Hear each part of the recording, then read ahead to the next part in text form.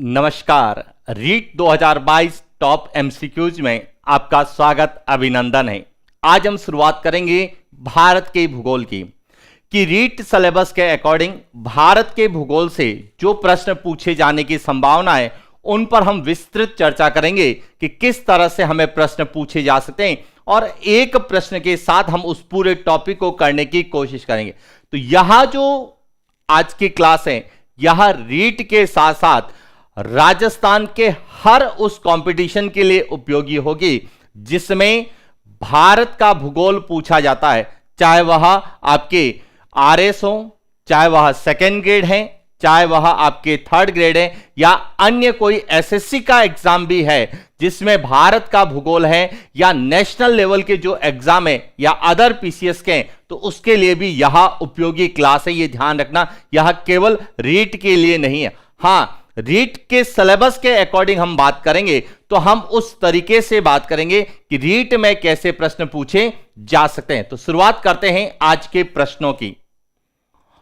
पहला प्रश्न, भारत विश्व के कुल क्षेत्रफल का कितना प्रतिशत है? ए 10.41%, बी 2.4%, सी 5.67% और डी 15.7%। अब यदि हम बात करें पूरे विश्व की तो यह जो हमारी पृथ्वी है, इस पृथ्वी पर दो भाग है। एक भाग है स्थल मंडल और दूसरा है जल मंडल।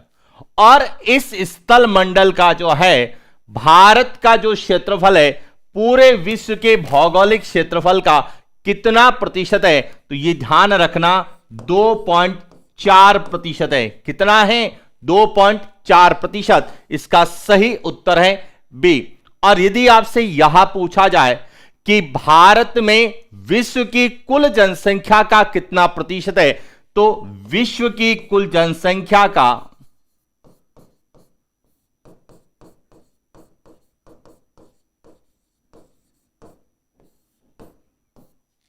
5.67% निवास करता है। यानी कि भौगोलिक क्षेत्रफल के अनुसार भी पूछा जा सकता है और जनसंख्या के अनुसार भी पूछा जा सकता है। भौगोलिक क्षेत्रफल के अनुसार 2.4% और जनसंख्या कितनी निवास करती है, तो पूरे विश्व की 5.67% जनसंख्या हमारे भारत में निवास करती है। 10.41% यहां राजस्थान का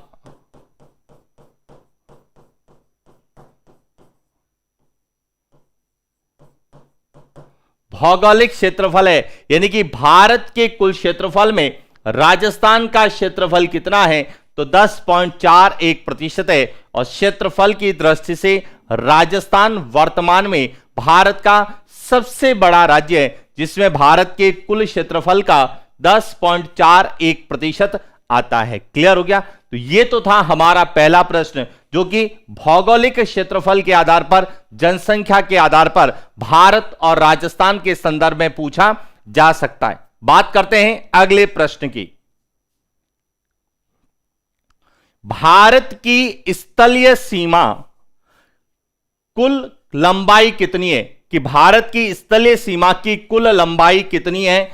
यहां पर स्थलीय सीमा की कुल लंबाई कितनी है? ए 6100 किलोमीटर, बी 7516.5 किलोमीटर, सी 15200 किलोमीटर और डी 22716.5 किलोमीटर।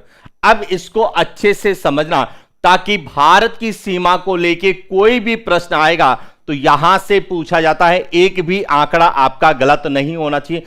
कैसे कैसे पूछा जा सकता है, देखिए यहां आपको दिख रहा होगा भारत का मानचित्र।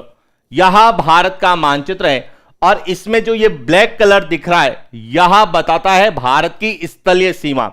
स्थलीय सीमा का मतलब है वह सीमा जो स्थल भाग से लगती है, जिसे हम भारत के संदर्भ में कहते हैं अंतरराष्ट्रीय सीमा।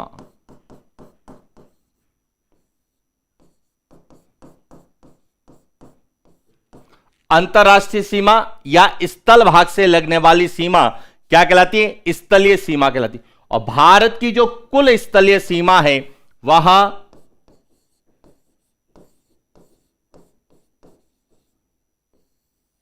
15,200 किलोमीटर है, जो अलग अलग देशों के साथ लगती है, जैसे पाकिस्तान के साथ, अफगानिस्तान के साथ, चीन के साथ, नेपाल के साथ, भूटान के साथ, म्यांमार के साथ और बांग्लादेश। इस तरह से भारत की जो कुल देश, कितने देश हैं? पाकिस्तान, अफगानिस्तान, चीन 3, नेपाल 4, भूटान 5, म्यांमार 6 और बांग्लादेश 7 देशों के साथ जो अंतरराष्ट्रीय सीमा लगती है उसे हम भारत की स्थलीय सीमा कहते हैं। और स्थलीय सीमा की कुल लंबाई 15,200 किलोमीटर है। यहां जो ब्लू कलर की दिख रही है, यहां भारत की तटीय सीमा है। तटीय सीमा का मतलब है वह सीमा जो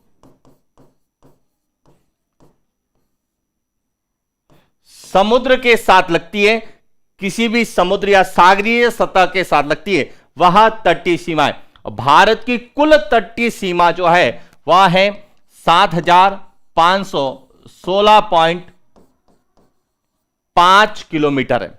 लेकिन इसमें से जो भारत की मुख्य भूमि है, जो भारत की मुख्य भूमि है, मुख्य भूमि की जो तटीय सीमा है वह 6,100 किलोमीटर है। और यदि पूरे भारत की सीमा की बात करें, भारत की कुल सीमा कितनी है, तो स्थलीय सीमा और तटीय सीमा का यदि हम योग करते हैं तो भारत की कुल सीमा 22,000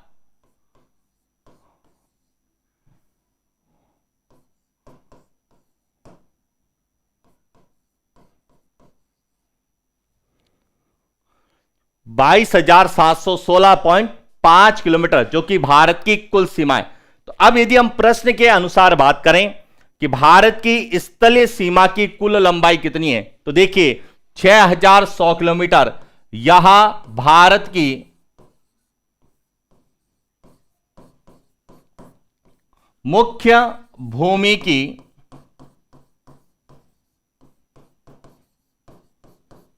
तटीय सीमा है। 7,516.5 यहां भारत की तटीय सीमा है। 15,200 किलोमीटर यहां भारत की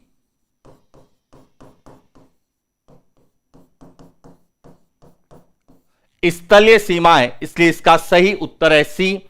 और 22,716.5 यह भारत की कुल सीमा है, जिसमें स्थलीय सीमा और तटीय सीमा दोनों शामिल है। तो इस तरह से भारत की सीमा को लेकर कोई भी प्रश्न आता है और उसका यदि आंकड़ा आपसे पूछा जाता है तो इन 4 में से कोई एक आंकड़ा हमें पूछा जाता है। क्लियर? बात करते हैं अगले प्रश्न की। निम्नलिखित में से भारत के अक्षांशीय विस्तार के संबंध में सही युग्म है। ए 8 डिग्री 4 मिनट उत्तरी अक्षांश से 37 डिग्री 6 मिनट दक्षिणी अक्षांश। बी 8 डिग्री 4 मिनट उत्तरी अक्षांश से 37 डिग्री 6 मिनट उत्तरी अक्षांश। सी 68 डिग्री 7 मिनट पूर्वी देशांतर से 97 डिग्री 25 मिनट पश्चिमी देशांतर। और डी 68 डिग्री 60 मिनट पूर्वी देशांतर से 97 डिग्री 25 मिनट पूर्वी देशांतर।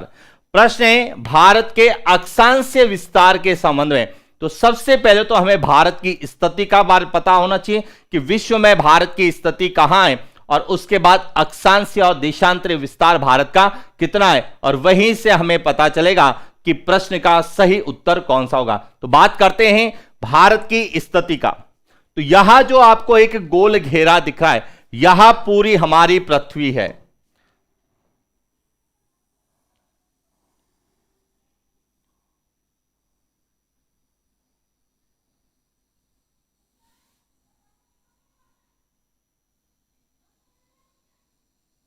यहां पृथ्वी है और यहां भूमध्य रेखा जो कि पूरी पृथ्वी को दो भागों में बांटती है। उत्तरी भाग कहलाता है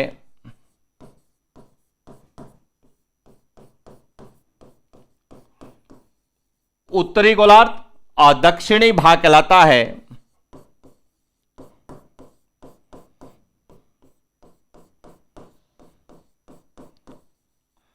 अक्षांशीय दृष्टि से हमारा भारत उत्तरी गोलार्ध में है क्योंकि भूमध्य रेखा के उत्तर में। इसी तरह से यहां जो रेखा है इसे हम कहते हैं 0 डिग्री देशांतर या ग्रीनविच रेखा। यहां भी पूरे पृथ्वी को दो भागों में बांटती है, पूर्वी गोलार्ध और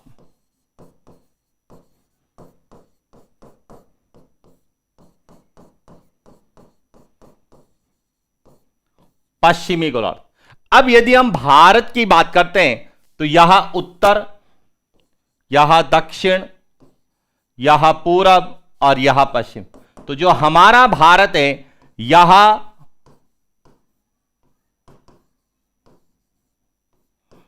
उत्तर पूर्व में स्थित है। कहां पर स्थित है? उत्तर पूर्व में, यानी कि अक्षांशीय दृष्टि से उत्तरी गोलार्ध में और देशांतरीय दृष्टि से पूर्वी गोलार्ध में स्थित है। लेकिन हमें पूछा गया है भारत का अक्षांशीय विस्तार, तो इसका मतलब है कि भारत जो है वह 8 डिग्री 4 मिनट उत्तरी अक्षांश से 37 डिग्री 6 मिनट उत्तरी अक्षांश के मध्य है, यानी कि भारत का अक्षांशीय विस्तार। अब ध्यान रखना, जब भी कभी भारत हो या राजस्थान हो, किसी का भी अक्षांशीय विस्तार पूछे तो सबसे पहले तो इकाई चेक करिए कि दोनों के साथ उत्तरी अक्षांश आना चाहिए। क्यों? क्योंकि अक्षांशीय दृष्टि से भारत कहां पर स्थित है? उत्तरी गोलार्ध में स्थित है। तो अब देखिए, समझना प्रश्न के अकॉर्डिंग। यदि हम प्रश्न की बात करें तो निम्नलिखित में से भारत के अक्षांशीय विस्तार, जब हम अक्षांशीय विस्तार की बात करते हैं तो सबसे पहले क्या आना चाहिए कि उत्तरी गोलार्ध में तो उत्तरी अक्षांश आना चाहिए। इसके साथ है लेकिन इसके साथ नहीं है। उत्तरी अक्षांश इसके साथ है और इसके साथ है, इसीलिए बिना कोई डाटा याद किए भी आप प्रश्नों के उत्तर निकाल सकते हैं। जिसके साथ उत्तरी अक्षांश लिखा हुआ आएगा वह जो है भारत की अक्षांशीय विस्तार को बताएगा और इसका सही उत्तर है वह है बी कि 8 डिग्री 4 मिनट उत्तरी अक्षांश से 37 डिग्री 6 मिनट उत्तरी अक्षांश, यहां भारत का अक्षांशीय विस्तार है। यही चीज आपसे देशांतरीय विस्तार में पूछी जाए तो ध्यान रखना, भारत जो है पूर्वी देशांतर में है। अब देखिए प्रश्न के अकॉर्डिंग हम देशांतरीय विस्तार देखा जाए तो भारत पूर्वी देशांतर में, यानी कि भारत जो है वह 68 डिग्री 7 मिनट पूर्वी देशांतर से शुरू होता है और कहां तक चलता है? 97 डिग्री 25 मिनट पूर्वी देशांतर। यानी कि देशांतरीय दृष्टि से भारत का जो विस्तार होगा वह पूर्वी देशांतर में आएगा।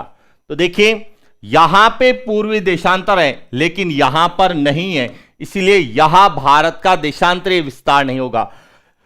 यहां भी पूर्वी देशांतर है, यहां भी पूर्वी देशांतर है, इसलिए देशांतरीय विस्तार पूछा जाता है तो भारत का देशांतरीय विस्तार है 68 डिग्री 7 मिनट पूर्वी देशांतर से 97 डिग्री 25 मिनट पूर्वी देशांतर। और यहां प्रश्न अक्षांशीय और देशांतरीय विस्तार दोनों को एक साथ भी पूछा जा सकता है और अलग अलग भी पूछा जा सकता है। बस आपको यह ध्यान रखना है कि जब भी अक्षांशीय विस्तार पूछा जाएगा तो इकाई उत्तरी अक्षांश आएगी और देशांतरीय विस्तार पूछा जाएगा तो सदैव इकाई पूर्वी देशांतर आएगी। यह ध्यान रखना। दक्षिण और पश्चिम, दक्षिणी अक्षांश और पश्चिमी देशांतर भारत के साथ भी नहीं आते हैं और राजस्थान के साथ भी नहीं आते। क्लियर? बात करते हैं अगले प्रश्न की। निम्नलिखित में से कर्क रेखा के उत्तर में स्थित है? ए छत्तीसगढ़, बी त्रिपुरा, सी मणिपुर, डी झारखंड। अब सबसे पहले तो आपको यह पता होना चाहिए कर्क रेखा क्या है। तो देखिए कर्क रेखा जो है यहां 23.5 डिग्री उत्तरी अक्षांश है। 23.5 डिग्री उत्तरी अक्षांश को हम कर्क रेखा कहते हैं। और यह कर्क रेखा जो है भारत के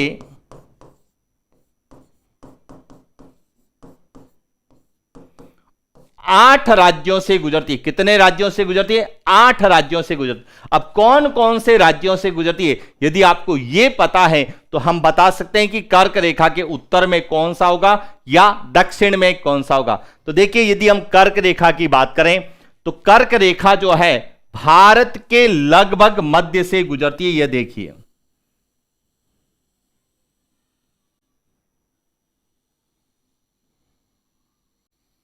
भारत के लगभग मध्य से गुजरती है।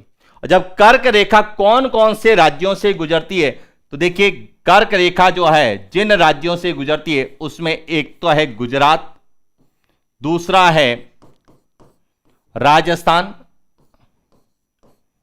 मध्य प्रदेश, छत्तीसगढ़, झारखंड, पश्चिम बंगाल, त्रिपुरा और मिजोरम।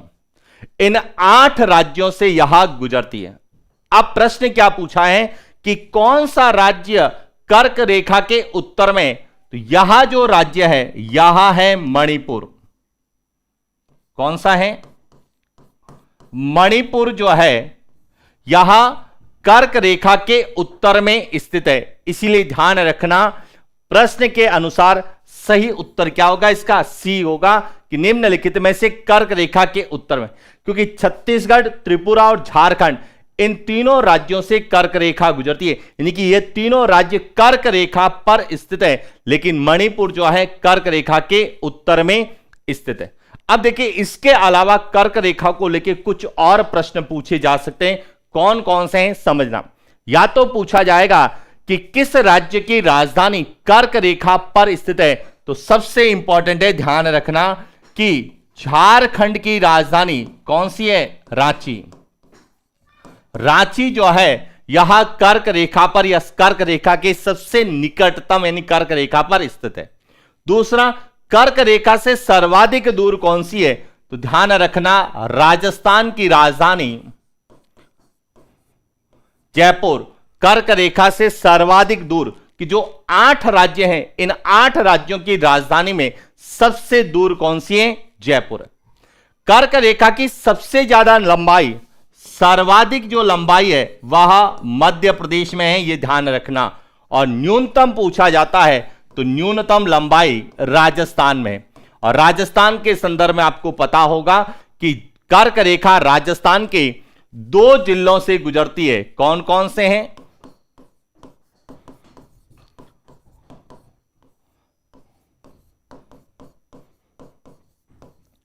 बांसवाड़ा और डूंगरपुर, इन 2 जिलों से कर्क रेखा गुजरती है, जो कि राजस्थान के दक्षिणी भाग में स्थित है। यानी कि कर्क रेखा राजस्थान के दक्षिणी भाग से बांसवाड़ा और डूंगरपुर से गुजरती है। और भारत में पूछा जाता है तो सबसे ज्यादा लंबाई मध्य प्रदेश में और सबसे कम लंबाई जो है वह राजस्थान में। तो कर्क रेखा को लेकर क्या पूछा जा सकता है, यह सब आपको क्लियर हो जाना चाहिए। एक ही प्रश्न में सभी के उत्तर आपको मिल जाएंगे। बात करते हैं अगले प्रश्न की। निम्नलिखित में से भारतीय मानक समय रेखा पर स्थित राज्य युग्म की पहचान कीजिए। ए Uttar Pradesh, Bihar, B Chhattisgarh, Jharkhand, D Odisha, Andhra Pradesh, D Tripura, Mizoram. सबसे पहले तो आपको यह पता होना चाहिए कि भारतीय मानक समय रेखा क्या है।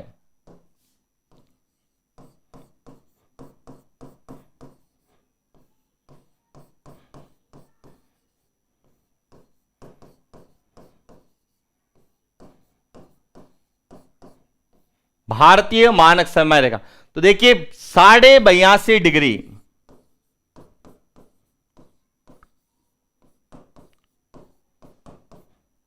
पूर्वी देशांतर को भारतीय मानक समय रेखा कहा जाता है। अब मानक समय रेखा का अर्थ क्या होता है? मानक समय रेखा का तात्पर्य है कि किसी भी देश के मध्य से गुजरने वाली देशांतर रेखा या याम्योत्तर, जिससे उस देश के समय की गणना की जाती है, उस काल्पनिक रेखा को, उस याम्योत्तर को या उस देशांतर को किसी देश की मानक समय रेखा का दर्जा दिया जाता है। और यदि हम भारत के संदर्भ में बात करते हैं तो भारत के समय की गणना 82.5 डिग्री पूर्वी देशांतर से की जाती है, जो लगभग भारत के मध्य से गुजरती है। इसीलिए 82.5 डिग्री पूर्वी देशांतर को भारतीय मानक समय रेखा कहा जाता है। अब भारतीय मानक समय रेखा यहां भारत के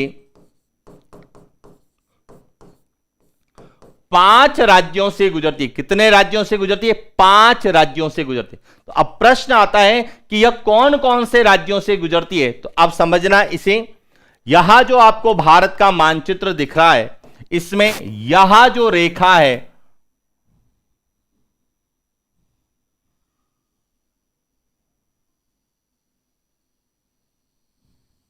यहां भारतीय मानक समय रेखा यानी कि 82.5 डिग्री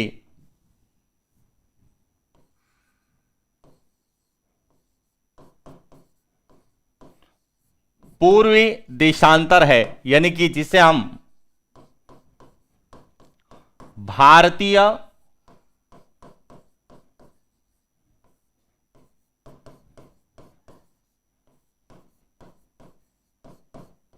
मानक समय रेखा का दर्जा देते हैं। और भारतीय मानक समय रेखा 1, 2, 3, 4 और 5 राज्यों से गुजरती है। कौन कौन से राज्य हैं? एक है उत्तर प्रदेश,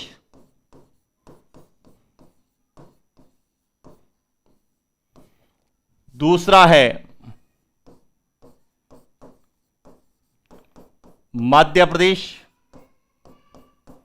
तीसरा है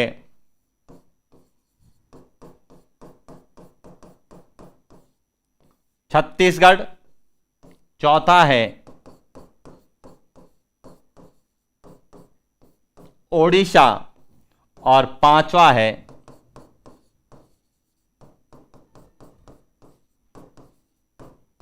आंध्र प्रदेश। इन 5 राज्यों से गुजरती है। तो अब यदि हम प्रश्न की बात करें तो प्रश्न पूछा गया है कि भारतीय मानक समय रेखा पर स्थित राज्य युग्म की पहचान करें, यानी कि भारतीय समय रेखा कौन कौन से राज्यों से गुजरती है।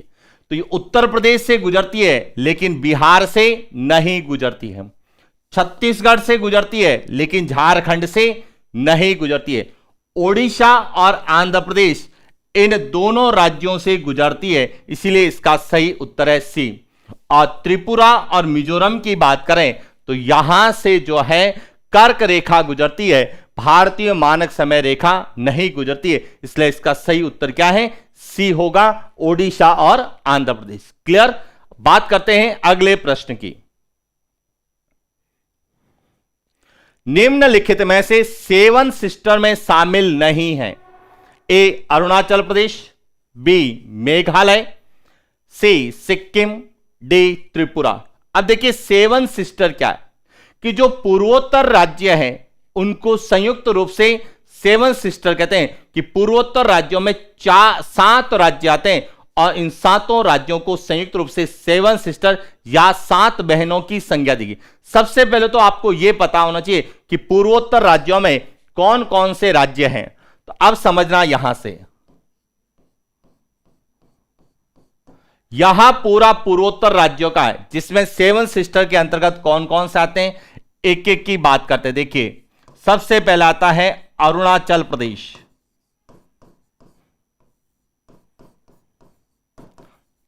अरुणाचल प्रदेश है।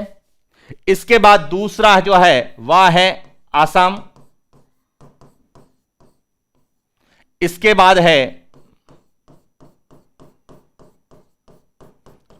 नागालैंड, इसके बाद है मणिपुर,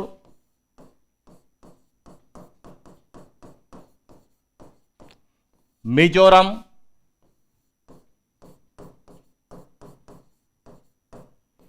त्रिपुरा और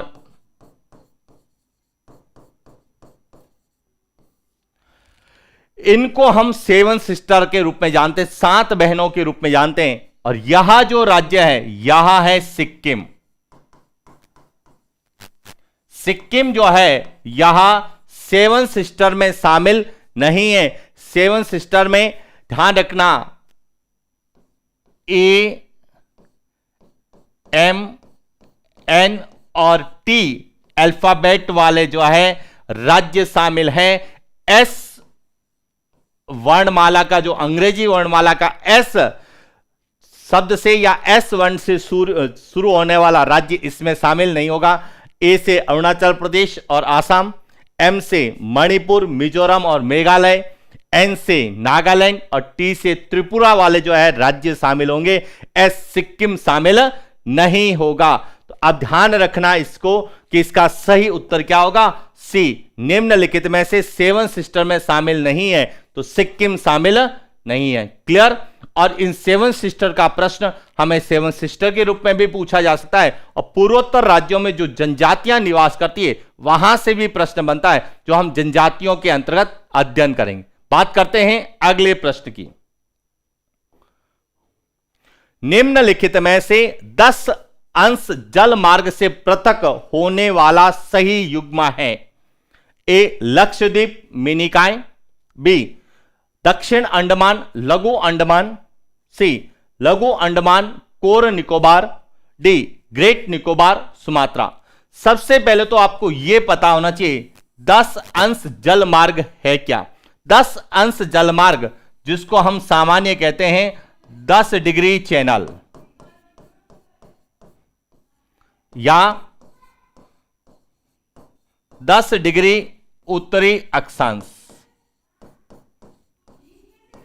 10 डिग्री उत्तरी अक्षांश या 10 डिग्री चैनल को हम 10 अंश जलमार्ग। 10 अंश जलमार्ग किनके मध्य हैं यह पता होना चाहिए। तो देखिए यह आपको अंडमान निकोबार का है और यह लक्षद्वीप समूह का एक जो है मैपिंग दिखाया गया है। इसमें यदि हम यहां से बात करें, यहां जो है यह पूरा क्षेत्र कहलाता है अंडमान और यह पूरा भाग कहलाता है निकोबार। और अंडमान और निकोबार को जो अलग करता है यह है 10 डिग्री चैनल। तो सबसे पहले तो आपको यह पता होना चाहिए कि 10 डिग्री चैनल वह अंडमान और निकोबार को अलग करता है। अब अंडमान के भी अलग अलग भाग हैं। यह जो है यह है उत्तरी अंडमान,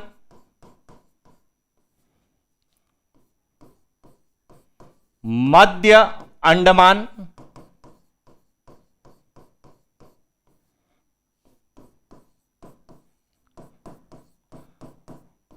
दक्षिणी अंडमान और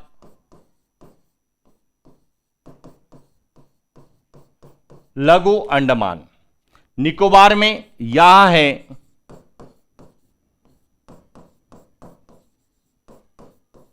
कोर निकोबार और यह है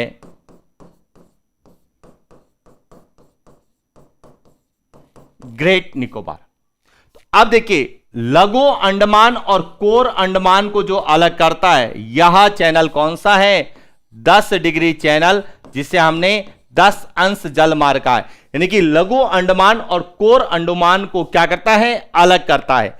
अब प्रश्न की बात करते हैं तो निम्नलिखित में से 10 अंश जल मार्ग है तो इसका सही उत्तर क्या होगा, सी लघु अंडमान और कोर निकोबार। यानी कि अंडमान और निकोबार को यह क्या करता है, अलग करता है। इसके अलावा भारत के प्रमुख चैनल कौन से हैं उनको भी हम अध्ययन कर लेते हैं ताकि चैनल का कोई भी प्रश्न आए तो गलत नहीं हो। सबसे पहले ध्यान रखना कौन कौन से चैनल हमें पूछे जाते हैं। तो एक तो पूछा जाता है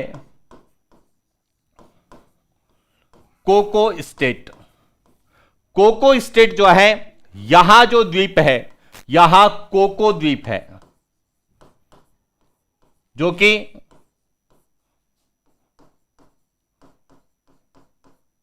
म्यांमार है। और यहां जो द्वीप है यहां कहलाता है लैंडफॉल, जो कि उत्तरी अंडमान का है। और कोको द्वीप और लैंडफॉल या अंडमान को अलग करने वाला कोको स्टेट है। तो प्रश्न आता है कौन सा चैनल म्यांमार और भारत को अलग करता है? तो कोको स्टेट अलग करता है। ध्यान रखना, कोको स्टेट किन दो देशों के मध्य है? म्यांमार और भारत के मध्य है। म्यांमार का कोको द्वीप और भारत का अंडमान द्वीप समूह या उत्तरी अंडमान या उत्तरी अंडमान का द्वीप पूछा जाता है तो इसका नाम है लैंडफॉल द्वीप है। दूसरा जो पूछा जाता है वह है डंकन दर्रा। ये ध्यान रखना, डंकन दर्रा यह दक्षिण अंडमान और लघु अंडमान को अलग करने वाला दर्रा या पास कौन सा है? डंकन दर्रा है। 10 डिग्री चैनल के बारे में हम लोग पढ़ चुके हैं। इसके बाद ध्यान रखना 6 डिग्री चैनल, 6 डिग्री चैनल यह ग्रेट निकोबार और सुमात्रा द्वीप, और सुमात्रा द्वीप किस देश में है? इंडोनेशिया में। इंडोनेशिया और भारत को अलग करने वाला चैनल कौन सा है? 6 डिग्री चैनल है, जिसे ग्रेट चैनल का नाम भी दिया जाता है। क्लियर? इसके बाद पूछा जाता है 8 डिग्री चैनल, और ये जो 8 डिग्री चैनल है यहां जो है